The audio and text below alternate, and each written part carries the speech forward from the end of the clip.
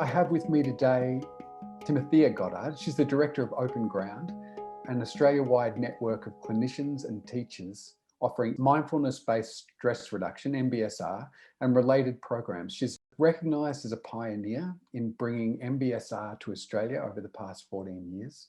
She's also worked in private therapy practice for 30 years. So today we're going to be talking about the inner practices and qualities that might serve us to meet the coming times with a little less fear and a little more ease. And then we'll finish with a 10-minute practice with Tim. So welcome, Tim. Thank you, Michael. Hi. Look, I just felt like I wanted to start on a personal note here. We were talking a few days ago, and one of the things I recognized after the invasion of the American Congress was I felt the possibility of collapse coming so much closer. And I noticed I had a lot of fear come up. And one of the things I think is that there's forces arriving, both politically and environmentally, that feel out of our control and sometimes too much to deal with. And I know the origins of MBSR begin with dealing with exactly this type of thing. So I thought I might just ask you straight up about where mindfulness-based stress reduction started and how it relates to that feeling of being overwhelmed by events. Yeah, a favourite topic of mine. Yeah, MBSR, Mindfulness-Based Stress Reduction, started with a guy called John Kabat-Zinn. He's pretty famous now. And he was not a health professional at all. He was a molecular biologist, and he was working in a hospital as a researcher. And he was also a passionate student of Buddhist meditation, mindfulness meditation, and also yoga. And both of these ways of practicing, what they're about is actually reducing suffering. And through knowing one's relationship to that suffering, and maybe even transforming that relationship with the patch of suffering that is going to come our way. If you're a human, you're going to have periods of physical, emotional, social suffering. And so he started running this course. He generated this course, drawing deeply from Buddhist practice and understandings. And John was a researcher. So from day one, he researched what these people were going through, and they were up against it. In terms of hardcore pain and difficulty, a lot of these people had end-stage cancer, shocking chronic pain that every medical treatment had been thrown at. I remember in one of the groups, there was a young woman who her and her baby had just got an HIV diagnosis in the days when that was a death sentence within a few years. So, you know, people who, you know, it wasn't going to be about relaxation to help them feel better. And so John engaged them in this practice, quite a lot of practice, you know, up to an hour a day. And what he found was, even though people's physical conditions didn't change much in 8 weeks, how can you expect that? Their suffering reduced. They were less anxious, less depressed, more participating in life, feeling more contributing, like feeling more generous towards other people. Amazing. And it really pertains well to what the kind of crisis we're in environmentally and ecologically, I think. Bringing these kind of capacities to be in this. How do we relate to this? It's huge, isn't it? I mean, obviously there's bookloads of practices, and there's many things that we're not going to be able to cover in a small interview here. But if you could say one of the central things that helps people when they're confronted with chronic pain, or when they're confronted with this situation around the environment or the politics that's going on, what's one of the central things that help, do you think? I wonder if we could explore that experientially. Yep. And then I'll speak to it a little bit. Yep. Yeah. Let's do something together. So bring to mind, if you're watching this, you've got some fear. You've got some angst, you've got some rage probably about what's going on and what might happen, some deep uncertainty. So bringing that to mind and heart and body, and imagining that you could put it into your fist. So letting all those feelings, the uncertainty, the fear, the anger, whatever's there for you, the mistrust, the doubt about whether this thing's even a threat, put it in that fist and let your fist tighten as if it's holding that kind of pain and distress. And just feel the activity of that fist clenched.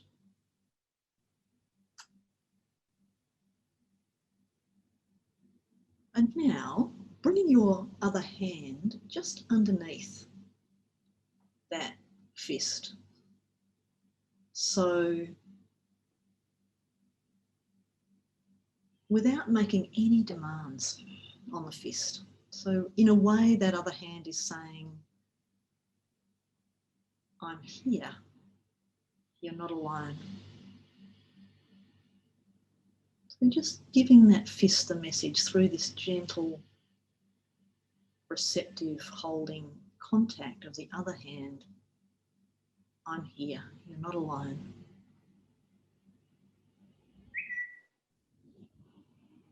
And I'm not going to make any demands on you to be different, to release, to let go. No Pollyanna kind of ideas of just be in the present moment, everything will be fine. It's actually meeting this pain, this distress, with a lot of respect and patience.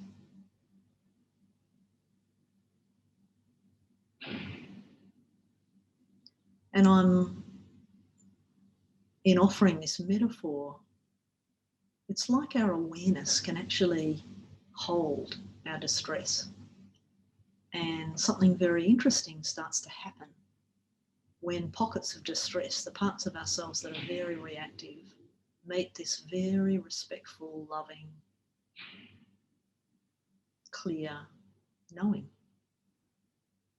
There's no pushing and shoving, no denying, no arguing. It's actually just, yes, I get you. No wonder you're in fear. No wonder you're hurting. And I'm here with you. This awareness, this capacity to be present with this suffering. And I'm not sure about you, but my fist actually feels a little bit more released automatically. It's kind of same. Yeah. So that's like that little experiential practice we just did is what we're offering people when they come to mindfulness-based stress reduction. I think it's what we can offer ourselves.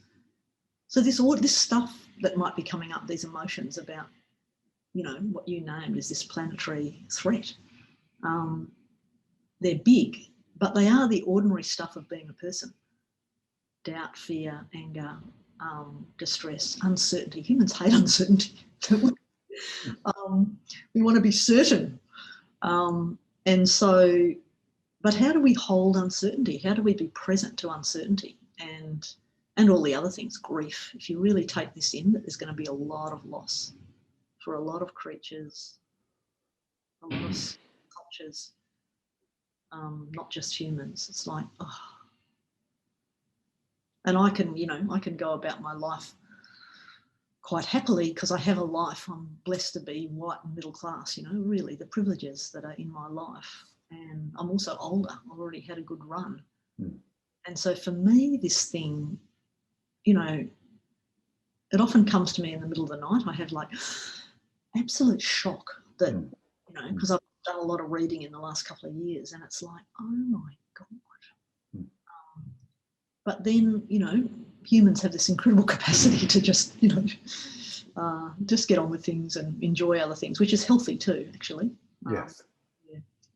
But that's a little taste of what I think mindfulness can offer us. Yeah, thank you, Tim. That was, even though it's simple, there's something very instructive about doing that. And one of the things that I noticed straight up, it was good you took us into the experience somehow then. It just kind of moves out of the cognitive mind into a different dimension. But sort of central to my understanding of mindfulness is this idea of you turn towards the difficulty. That's right. Not try to escape from it. And sometimes words and the way we describe it is just another escape, really. Yeah, and we can get into a whole lot of arguments about words. That's why I think any mindfulness practice, if it's immersed in practice and you really get a chance to experience a different relationship, that's when it's really transformative. And often I think people don't practice enough in order to actually have that happen. They might be doing 5 minutes, 10 minutes here and there to kind of try and get more relaxed. But if relaxation isn't there, we actually have to turn towards what is there. Our stress and distress, and it's really powerful, I find. I mean, there's quite a few threads to follow there, Tim. I'll try and pick up as many as I can, but I am also interested in your own journey towards meeting this. And I mean, you've said that you have to get on with life. You run a huge organization and you have a therapy practice, so there's no doubting that we have to keep doing the do, even though these things are coming. But your journey into the discovery of what this was and how you met that. Yeah, I was a kind of hippie, a motorbike riding hippie when I was 18, 19, 20, went to uni in the days when it was actually free. Gough Whitlam did that for us.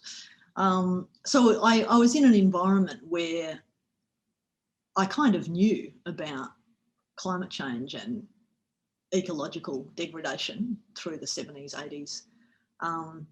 But I think I've got an incredibly optimistic, basically sunny constitution, I think.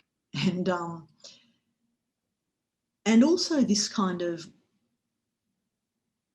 when life's been easy enough for you, you can put some faith in a kind of blind trust in a way in institutions like the government, scientists.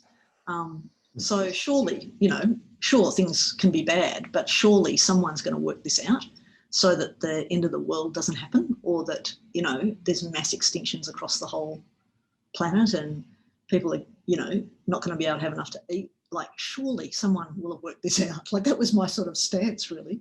And over the last 10 years, I suppose, it's become clearer, wow, this really isn't happening. People are not paying attention. They're not getting together in the UN to attend to this thing. And, this might be really devastating. And still I sort of had this idea of, and we don't know about this, but I really had this idea, in 100 years, in 80 years, this is going to be really bad. Outside of our lifetime, somewhere away from my life, somewhere. I know, and we're old. And also I had this idea, not in Australia, sure, across the rest of the global south, not in, so my privilege, right? Oh no, government here will sort something out for us, surely. There'll be enough food in Australia and water and biomass. And I had a friend about 2 years ago, a dear friend, also a mindfulness practitioner, who started sort of talking about this more near-term collapse idea. And I, part of me thought, that's a bit dramatising, overreactive, a bit deluded somehow. But she offered me a few things to read, and I started reading, and I couldn't stop reading. I couldn't, I just started reading and reading and reading. And for ages, I couldn't sure, one has to do one's work and get on with things, but it was extremely preoccupying and sort of flabbergasting that here I was engaging in my ordinary life, and so were governments, and, and it's almost like, wow, when I'm afraid of this in the middle of the night, when I'm really taking it in, there's no way that we shouldn't all just be talking about this the whole time and doing everything we can to make it easier. Yeah, soften the landing somehow, or extend the glide, as Jem Bendell says. Yeah. In the glide, yeah. People like Jem started reading, and he was in your movie. So And he speaks of societal collapse as being a kind of uneven ending to the ways we do stuff, the ways we get our food, shelter, security, our education system, our very identity. Like all of this is going to be, transforming, and that, he considers, and I think I do too, that this process is going to be inevitable. Because we're just not going to be able to now respond globally fast enough to protect food, basically, and from chaotic heat and other weather. So, so I don't know. When you asked me to do this, I felt really ill-equipped to even offer anything about it, because I think it is a deeply personal journey, and you've raised this question with me, like, why should we think about it?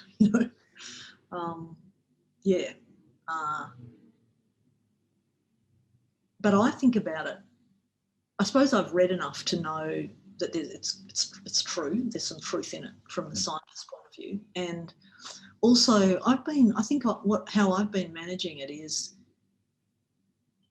that this is not new news in a way, that we all, in a small person, have to die one day. We have to let go of everything. We have to move into the most unknown territory about death and let everything go. Everything's going. So, and most of us don't see our culture as accidental or conditional or, dependent on a whole lot of causal conditions. We sort of think, okay, Western civilization is here. It's devastated many other cultures, but it's robust and it's going to keep on going. We see it as going to keep on going. And we also have that idea about ourselves, I think. And neither is true. So we're all going to have to face this anyway on a mini personal level. How do we open our hearts to face it? I mean, that's the sort of the key question, isn't it? Because, just going back to where this started about what's going on in America and actually not just America, it's kind of global, so many fractured truths. Everyone seems so divided. Is coronavirus real? Is climate change real? Was the election stolen? Everybody's sort of in their different camps, even in small communities that I'm in that otherwise would have been united. People, I guess, referring back to what you said earlier, like creating certainties, like this knowledge of, I know what's going on. This is a conspiracy, and I see what's going on. I'm in certainty. You're lost. Yeah. Yeah, which is very reassuring, isn't it? To be certain, and then something can be done about it too. If this, it's like that's what the reading I've done has really opened me up to, that there's huge complexity here in how these systems of humans and weather and creatures, the biomass, all live together, and we're not across it. No. I mean, just out of curiosity, Tim, because there's some people that haven't read the material you've read, and I know you're a very well-read person, so there's probably a lot of material you've read. Is there anything that stands out, like any author, what are the books that you read that most affected you?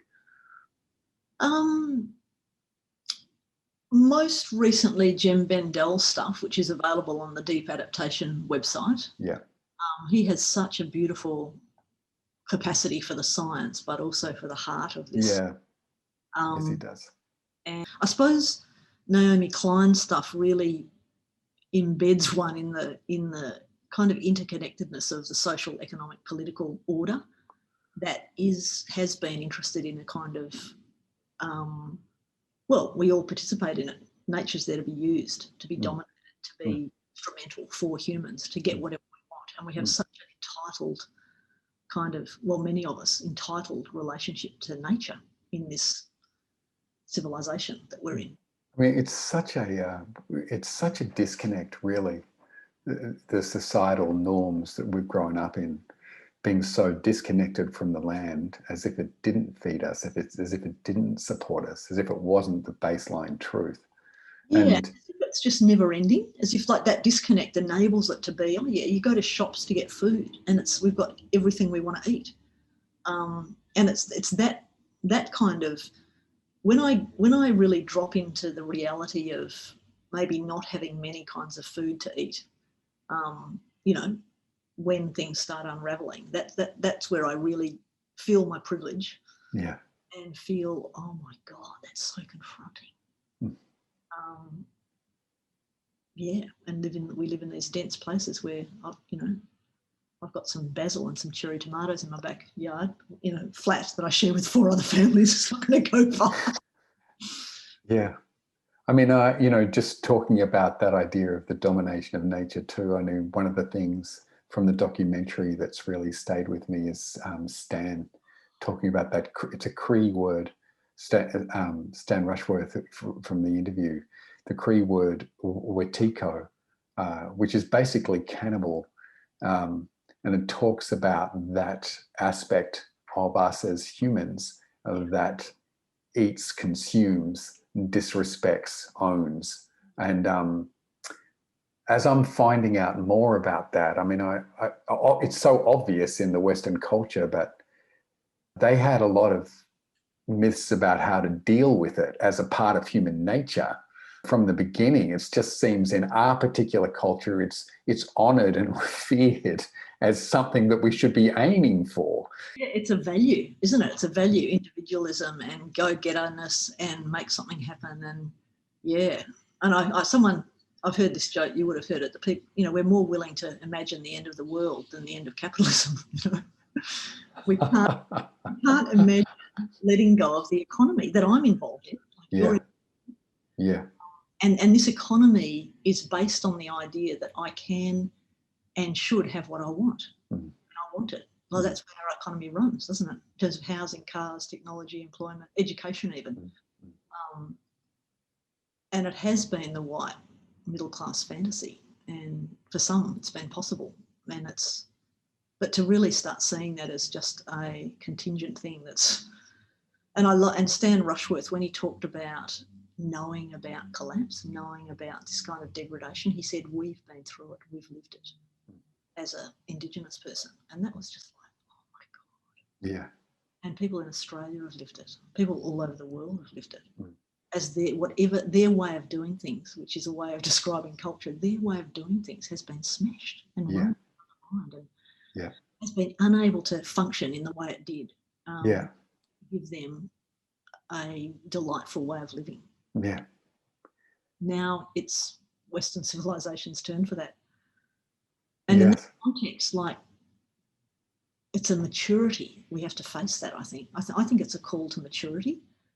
We can have a hissy fit about it, and we all will, because the threat system is pretty dominant, very threatening. But really, this has been happening to lots of other cultures throughout history, actually, hasn't it? Throughout history, it's something like over 100 civilizations have risen and fallen in the last 4,000 years.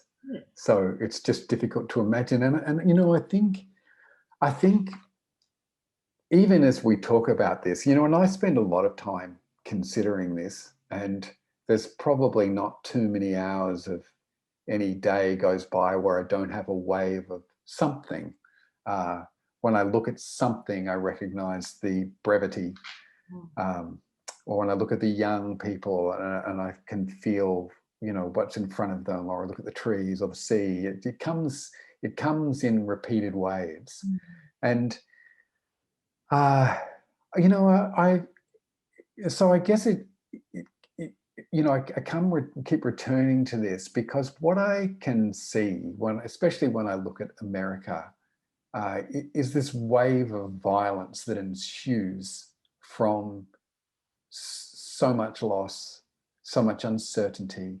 And I sort of want to dig in. I know we spoke about, when I spoke to you a couple of days ago, you spoke about being really influenced by Stephen Batchelor and his approach to just living sanely in what are pretty crazy times. Not that we're the only people that have experienced crazy times, as you talk about the Indigenous, but what's coming is pretty crazy as far as we've known. So I really did like his 4 enabling tasks. I mean, it's a strange name, enabling tasks. It's got that sort of Buddhist vibe about it, but the principles are really beautiful. Yeah. So let me speak. So Stephen Batchelor, he's someone who got deeply into Buddhism at 19, happened to be in Nepal and did a insight Vipassana meditation retreat and kind of was a bit blown out by it. And so then became a Tibetan monk actually, and was for many years. And then left that. He couldn't quite come at some of the kind of esoteric stuff in it, and then became a Zen monk for a few years and then left that. And now he teaches insight meditation. And he's reframed, in Buddhism, there's all Buddhisms would share an understanding of these 4 noble truths that are about, there's always going to be unpleasantness. We need to stop reacting to that so much and find peace in the face of that, and then cultivate a path that actually helps us do that over and over and over. So this is a little bit of, so Stephen has reframed this as 4 ennobling tasks, not truths to be believed, but tasks, things to do. Which yes, great. I love that. As an action, and even our thoughts are actions. So the first one is he's encouraging us, and this kind of form of Buddhism is encouraging us to really embrace and experience life. So acknowledge and deeply understand and embrace the human condition and its inevitable difficulties, so that life sucks and sings. We're never going to be able to get away from having unpleasantness, even though certain civilizations really go for that, don't they? Ours. I mean, there's a lot in that. There's a lot in that right there, isn't there? Because I think where, particularly in the culture we live in, there's this emphasis on we should be happy.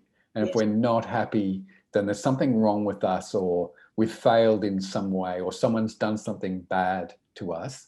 So I love that little comment of yours, life sucks and sings.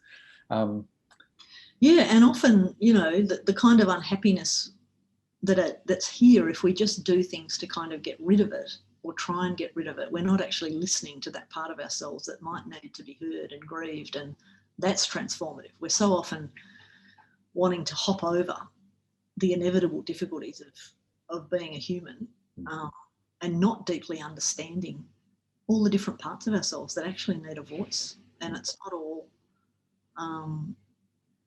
that's about wholeness rather than about happiness. I think this path is about wholeness, and wholeness can feel pretty damn satisfying compared to some idea of happiness never being anxious. Like, to not be anxious at the moment, you'd be insane. Like that would be a fantasy, wouldn't it? That would be sadly true. Yeah. So the second task is to let go of instinctive reactivity. And this is interesting. In Buddhism, there's a deep acknowledgement that of the threat system and the drive system, that we are organised to survive and make stuff happen, be creative, even create cultures that end up burning things down. This is natural. But we can actually train up, and this is where mindfulness practice comes, to start seeing into that instinctive reactivity. It's honourable, it's natural, but can we take the action of noticing that and stop railing against reality? The clutching, the fantasizing that the natural difficulty of being a human stimulates in us. Can we actually go, here's anxiety, here's terror, here's rage, here's contempt. That's natural. It's not, I don't have to criticise myself for being not a good person, but how do I hold that, like in terms of the fist maybe, and not demand that it be different in the moment, but really hear it and hold it and see what can happen then. So this is the meditation practice, is this, holding our distress and stress, seeing if it transforms if we hold it in a certain way. And then the third action, which is really important and we so often miss, is when you see that stopping of reactivity, which will arise. And not only in, you know, through meditation practice, but all sorts of contexts. We learn stuff, don't we? We go, oh, you know, that's silly. I'm not going to keep having that thought, or I'm not going to keep ruminating about, you know, that little patch of reality. I'm going to actually release it and let it go. Be there. When you notice your capacity for releasing and letting go and dissolving, be there and experience and savour this profound peace of mind that comes through that kind of noticing when reactivity loosens. That's interesting. That's interesting, Tim. So, you know, in other words, don't just sort of be relieved if you do manage to stop, to just sit with threat rather than get caught in the reactivity. Yeah, exactly. Let it. I mean, Rick Hansen would say this is really helping that experience of releasing, softening, dissolving to become more part of our body mind, and what our brain is and our body is and our impulses are. So that's so important, the savouring and noticing and basking in it, really. And in the kind of peacefulness that arises. And it's not made up. You know, you can actually train yourself to feel more like this. And to notice the release of the tension if you've just given a bit of time to sitting with it, just savor the release of it. Yeah, thank you, Tim. Yeah. And then the fourth task is to act. So this is, and this relates really to what Jem Bendel's saying about this particular huge dilemma we're in. And Stephen says, so you've seen a possibility of responding in a different way to the predicament you're in. So act, respond, say, see, set a direction, cultivate a path. And in Buddhism, this is the Eightfold Path, which involves, you know, educating yourself about seeing the world in a liberating way. It involves a whole lot of ethics. How do I want to behave towards myself and other people, given I know that we're all, I was going to say we're all doomed. But we're all personally, in a sense, because we're dying. But how do I want to act? How do I want to treat people? And this whole path, of course, is about compassion. If we really look into and see that we are all constantly changing, transforming, we cannot hold on to anything. If you really understand that even a little bit, your heart just breaks for all of us, because there's no way we're a thing, or that we can hold on to anything. So yeah, Stephen Batchelor has a really beautiful way of speaking to these questions, I think. I mean, as do you, Tim. You know, I have done some study with you, and so I've, you know, felt, you know, the power of how you put it as well. I mean, I think one of the things for me that I focus on as these times come is like, how do I want to be in these times?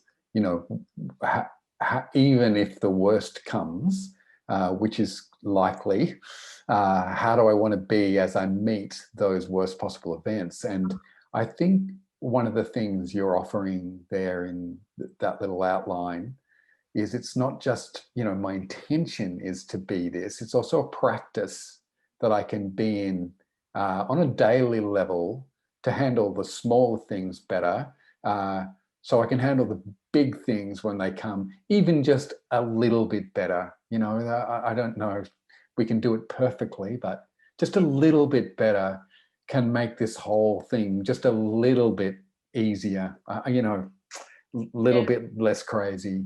Yeah, I was meditating with some Zen folk yesterday, and one of the people said this beautiful thing. She says it's a bit grandiose to say, because in Zen practice there's a beautiful, what's called a bodhisattva vow, a vow of compassion to the world, really, and action.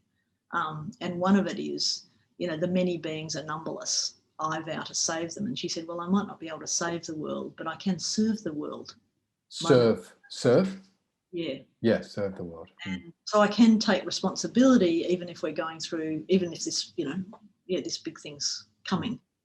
Then how do I move forth in that space in relationship to other people who are going to be suffering too? Can I read a little poem? Please. This is, you would have heard this poem, Michael. I love it. Well, Anyway, it's by Han Shan, a crazy and wonder-filled Chinese poet of 1,000 years ago, and it speaks to what you're saying about, how can I, in all the small ways, help actually if we're all going to be going through this big challenge and threat. So he says, we're just like bugs in a bowl, all day going around, never leaving their bowl. I say, that's right. Every day climbing up the steep sides and then sliding back down again, over and over, round and round, up and back down. You could sit in the bottom of the bowl, head in your hands, cry, moan, feel sorry for yourself, or look around, see your fellow bugs, walk around, say, hey, how you doing? You could say, hey, nice bowl. I've got to laugh, don't you? Because as I was reading that, I was thinking, oh my God, this is so Pollyanna-ish in a way, because, but I think it's a nice sensibility. How are we going to respond, Yeah, to the impossible task in front. We're never getting out of the bowl, but we're all caught in the same dilemma together. Actually, I love that poem, Tim. Thank you. One of the things, just in responding to what you said, I don't know, I'm thinking there might be some people listening to this, and it's worth speaking to that audience who think, well, that's fine for you. You've got your successful job, you've got time, you've got space, and so you can sit around and you can be with your reactions. I've got 3 kids, I've got no money, you know what I mean? I don't know how I'm getting through this next day. And now there's this whole other thing that I'm expected to do, and, fuck you, basically, Yeah? Yeah, I agree. I think,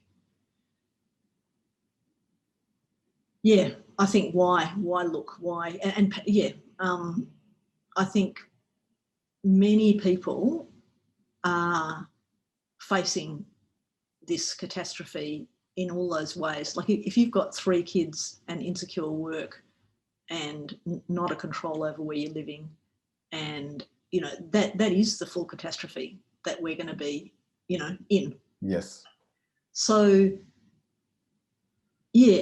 so many of us are legitimately and honourably in this society busy with trying to survive, trying to find a place to live, surviving a breakup or the loss of a job, or a kid who's unwell, or plans being disrupted, trying to study something when all your means of support has been taken away.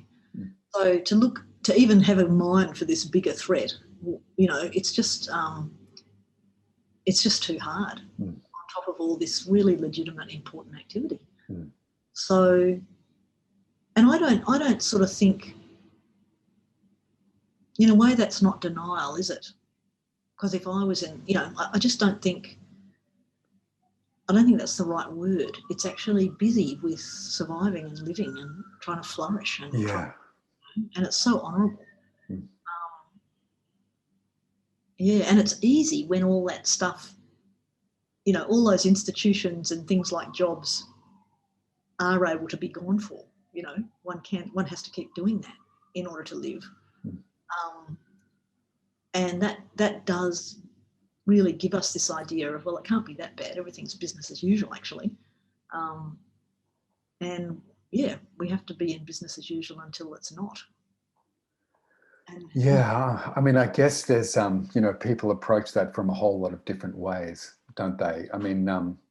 It gives a lot of opportunity. Certainly in my life, it just let me leave what I thought I had to do and who I thought I had to be behind to set off in a whole nother direction around, working with this issue. But I'm also, from my privilege coming from that, I could do that. Yeah. You didn't have little kids to no school or no. Yep. So a lot of freedom. So this is so important, isn't it? That I'm interested in having this conversation. You're interested in having it.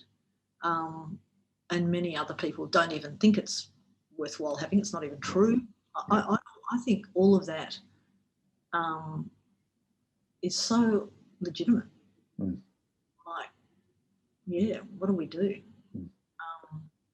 And people, when things start unfolding in a way that's challenging in this direction that we're talking about, then, people will respond to it differently. One of the things that I want to do with you today, I'm just noticing the time. Do you believe how fast that's gone, Tim? That's almost an hour that we've been talking. But I really wanted to do a practice with you to, maybe if people might not have the space right now to do this, or they might do, but they can return to it as some sort of way that we might sit with what's happening with a little more ease. So was there anything more to add before?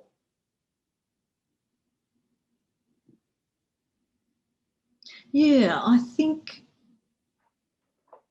a dance between attending to our own little patch, which is this body, mind, and this little life here, and like, can we practice shifting perspective and opening up to more broader, more whole perspective, the whole setting, and having a wide view and a long view, and a wide view to include all the context of people on this planet, which is not all, privileged like you and I sitting here in front of a computer. There's something about that dance between really attending and honouring one's own little patch, which does have stress and distress in it, but not getting caught up and preoccupied with that, being able to dance between knowing that and knowing the wholeness that I belong to this whole planet, actually, and all,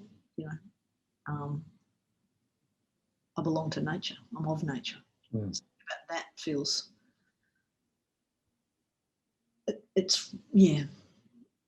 that perspective taking has really, it's active in my life now. There's a beautiful little statement from a guy called Lou Richmond. I found it in one of Rick Hanson's books. He says, everything is connected. Nothing lasts. You are not alone. Isn't that beautiful? Oh, hey, just say that again. Let me take it in. Everything is connected. Nothing lasts. You are not alone. It captures the kind of, the paradox, hey? Yeah. Yeah. So, shall I lead a... Yeah, let's do that. Thinking about, 10 minutes, Tim. Okay, cool. And I'm going to sort of shut my eyes and go along with you on it. Great. Okay. So let's just arrive right here, right now.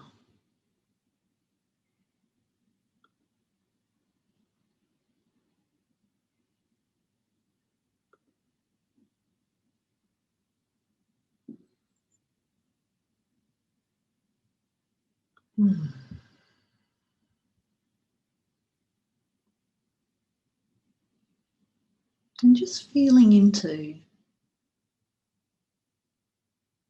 the kind of harbour of this moment. It's so full of experience. And we could maybe take a few moments simply to rest in it. So I'm going to offer some kind of invitations for participating in this moment of precious life.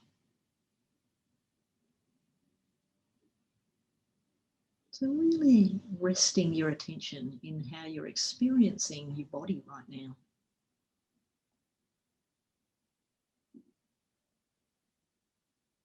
Just all the ordinary stuff. Feeling the contact of clothing.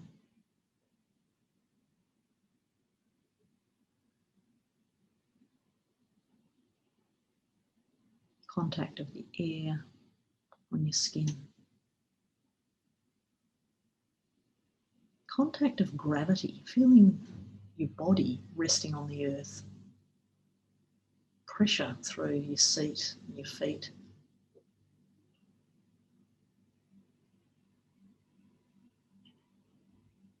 Feeling into the space you're taking up in the room you're in.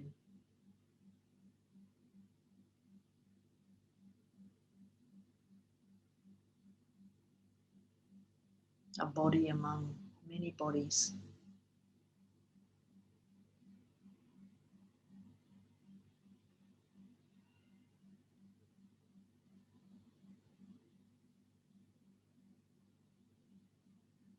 And opening up to the contact of sounds on this body. Resting in the flow of sounds, natural and mechanical, person-made.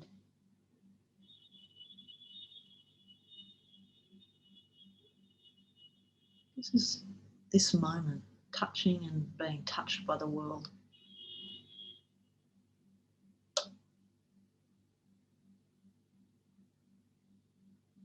Becoming aware of the smell of this place you're in, the taste in your mouth,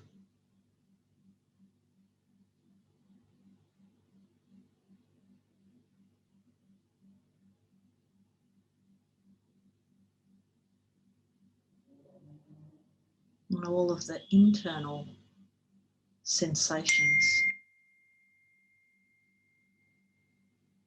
temperatures, pressures, different qualities of density and diffuseness in the body.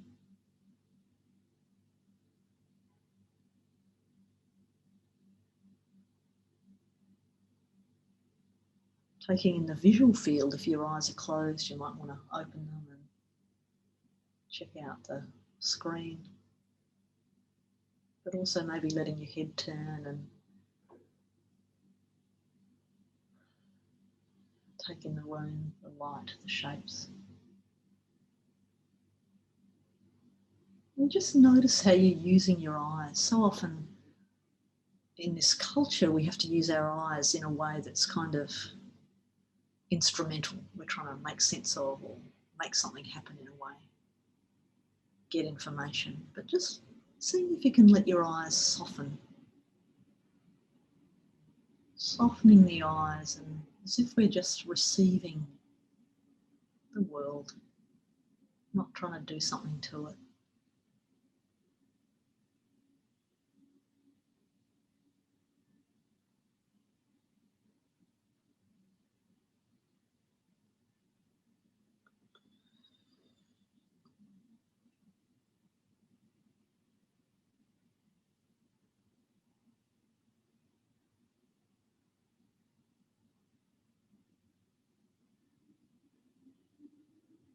Feeling free to let your eyes close or stay open.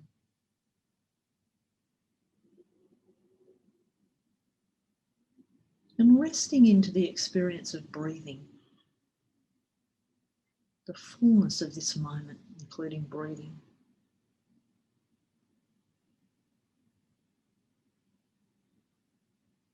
Maybe noticing as you breathe in, your body is actually taking up more space in the room you're in.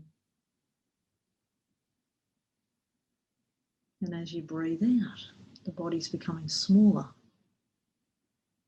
as you release what was inside of you to the outside.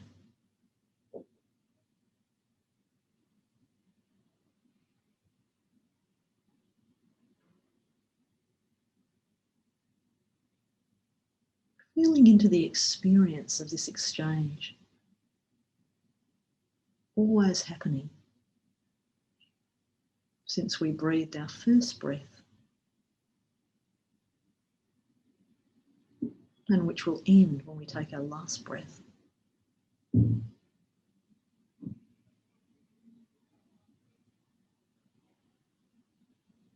This very activity of breathing is a statement of our dependence on the earth, the atmosphere, for every moment of life.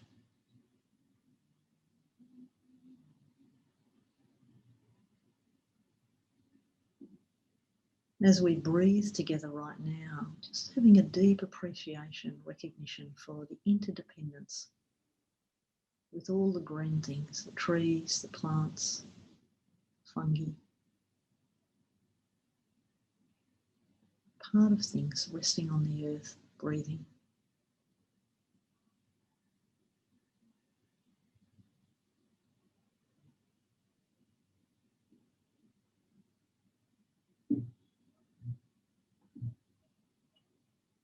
and opening with some tenderness to this body.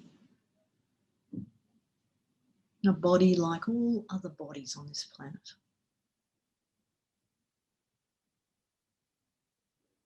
Who also have some innate cherishing of themselves.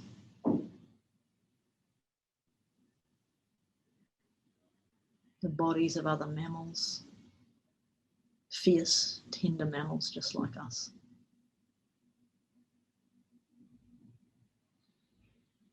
And the bodies of marsupials, of the birds, the reptiles, the insects and slugs, all the sea creatures.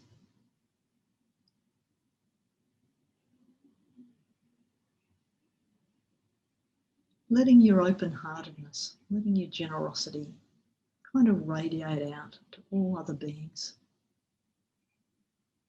with whom we share this planet.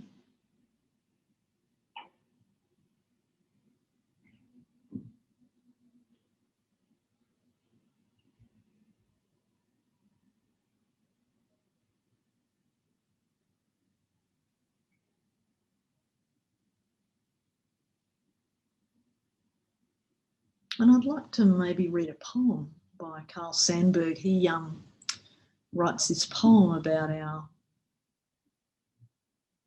wildness, our connection with nature,